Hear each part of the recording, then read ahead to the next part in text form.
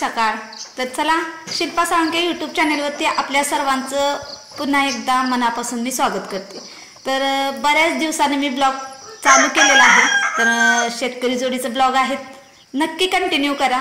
तर सकाळच्या वाजतात 5:45। तर आम्ही कायम येतो 5-5:30 ला।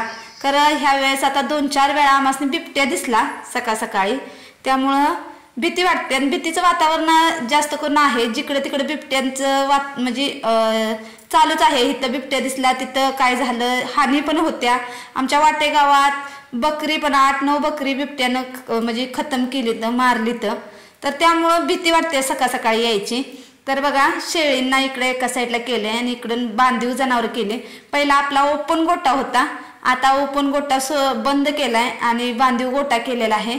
आणि जनावरांना एका साईडला आणि शेळींना एका साईडला केले।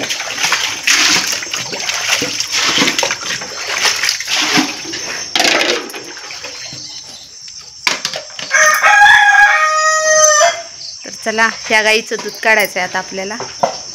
दूध काढून घेतो, नंतर पुढचा ब्लॉग कंटिन्यू करा। तर मंडळी जनावरांची दूध वगैरे काढून झालेले आहे, शेणघाण पण आपलं झालेलं आहे। तर जनावरांना पाणी द्यावायचं। सूर्यदेव बघा कुठे आलेत, भरपूर पुढं आले त्या, कारण की आपल्याला 5:45 वाजता आपण आलेलो, आता 8 वाजायला। आभाळ जास्त असल्यामुळं सूर्यदेव आपल्याला दिसना झाले त्या। तर चला घरी जायची वेळ झाली। जनावरांचं पाणी दावून घेतलं आणि गोटा धुवायचा, मोठा मोठा म्हणलं गोटा धुवून घ्यावा, कारण की मागं आल्यानंतर परत जनावर धुवायचे आहेत आपल्याला। आता दिवसाची लाईट आहे, म्हणजे सकाळी 9:30ला येते, 5 वाजेपर्यंत असत्या। मग आमचं डायरेक्ट विहिरीपासून कनेक्शन घेतलेलं आहे पाण्याचं। मग ती विहिरीवर लाईट आल्याशिवाय आपल्याला पाणी नाही। आणि टाकी आहे, तर टाकीतलं काढून धुवायचं म्हणजे बराच वेळ लागतो। मग मोटरीनं धुवायला येतं पाणी चालू झालं की। म्हणून आपण घरात जाऊन घरातलं स्वयंपाक वगैरे आवरून मागं यायचं आणि नंतर जनावर धुवून काढायचे येतं। तर बघा आता साफसफाई करते, गोटा धुवून घेते आणि जनावरांना वैरण टाकून आपण घरी जायचं आहे। तर मित्रांनो मैत्रिणींनो, तुमच्या ह्या शेतकरी ताईचे व्हिडिओ तुम्हाला कसे वाटतात कमेंटमध्ये नक्की सांगा। आणि आजपासून डेली ब्लॉग येणार आहे, तर नक्की कंटिन्यू करत जा आणि कमेंटमध्ये सांगा। तर ही आपली राधा तर 8 दिवस झाले जन्मल्या। तर बघा तिला दूध पाजलंय तरी सुद्धा ती बघा बोट चोकायला लागले माझ्या हाताची। आणि शेळींना पण खायला वगैरे घातलं या, निवांत झालेत खाऊन। आणि ह्या पाड्यांचं पोट सुटलंय, त्यामुळं त्यांना मोकळं ओपनमध्ये सोडलेलं आहे। डॉक्टर म्हणलेत जरा मोकळं सोडा, त्याशिवाय त्यांची हालचाल झाल्याशिवाय त्यांचं पोट जरा कमी येणार नाही। तर चला मंडळी, भरपूर दिवस झालं मी व्हिडिओ सोडले नाहीत, कारण की हे गोट्याचं काम चालू होतं आणि ह्या गोट्याचं काम चालू असल्यामुळं काहीच मला करता आलं नाही। आणि त्यात माझा मोबाईलसुद्धा म्हणजे फुटला त्या कामाच्या ह्याच्यात, जरा भिंतीवरती मुलांनी ठेवलेला तिथून खाली पडला आणि फुटला, त्यामुळं माझी ID वगैरे मला घेता आली नाही व्यवस्थित।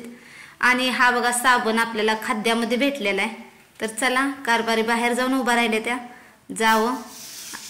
तर पुढचा व्हिडिओ कंटिन्यू करा। तर चला घरी जाऊया। हिने बघा कसं केलं, कारभाऱ्यांचं आमच्या काय चाललंय तर मला दाखवते। लहान बाळ आमचं कुठं चढलंय बघा, दिसलं ग, पेरू काढत चालले त्या। ही जरा पिशवी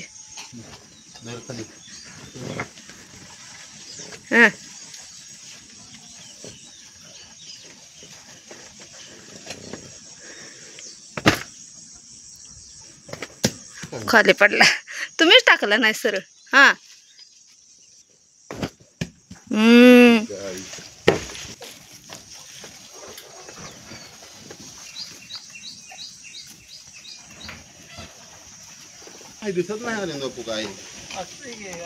तर मित्रांनो मैत्रिणींनो, पेरू बघा किती मोठा आहे आणि क्वालिटी बघा पेरवाची। ते पावसामुळे हे असं झालेलं आहे, नाहीतर आणि हे पेरू बघा।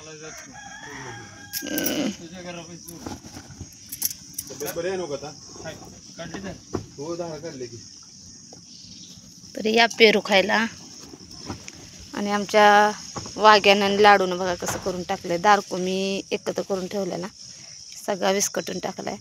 तर शेळी बकरी काय म्हणतात, शेळी आत कचरा करते ती कोंबड्या, आणि बाहेर काहीतरी ठेवावं म्हणतात तर आमच्या लाडू आणि वाघ्या ह्यांचं हे करामती असते। बाहेर ठेवलं तरी चालूच आहे. ते आता शेळ्या आता विस्कटतीला, कोंबड्या विस्कटतीला म्हणून बाहेर ठेवलं. तर बाहेर वाघ्यानं बघा कारभारीवरच राहिलेत वाटतं. अजून हायवे बस की आता.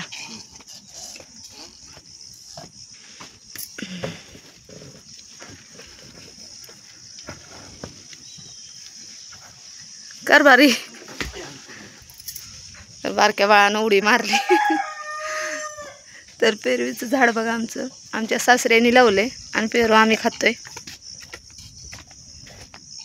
ए चल उठ. ते कुठे गेला दुसरा? घालायचं कोण? कुलूपी घाला की. काढलं कोणी? तुम्ही. मग घालणार कोण कुलूप? तुम्हीच. तर चला घरी जायचं. मागं येऊन जनावरं धुवायचे इथं. ही आमची मोटर आहे. मोटरीचं पाणी इथं येतं. तर आज दिवसाची लाईट आहे. 9 9:30ला लाईट येणार. तर जाऊन चहा नाश्ता काहीतरी करून मागं यायचं. मंडळी घरात आलो आणि हे दुसरंच काम लागलं बघा. कालच्या पावसामध्ये आमच्या शेंगा सगळ्या भिजल्या. एक परी काढताना वैताग घेऊन गेला आणि चिखलातनं. आणि आता चिखलातनं घरी काढून आणल्या म्हटलं सुकतीला. तर आता पूर्ण भिजले त्या सगळ्या शेंगा बघा धुवून टाकल्या. त्या फॅन लावलाय कारण की ऊनच नाही. आणि ह्या शेंगा आता कशा ह्या शेतकऱ्याच्या पदरात पडते ते कोणास ठाऊक. म्हणजे माझीच नाही पूर्ण म्हणजे आपल्या शेतकऱ्यांची ही व्यथा आहे की आलेलं पीक सुद्धा पदरात पडू शकत नाही.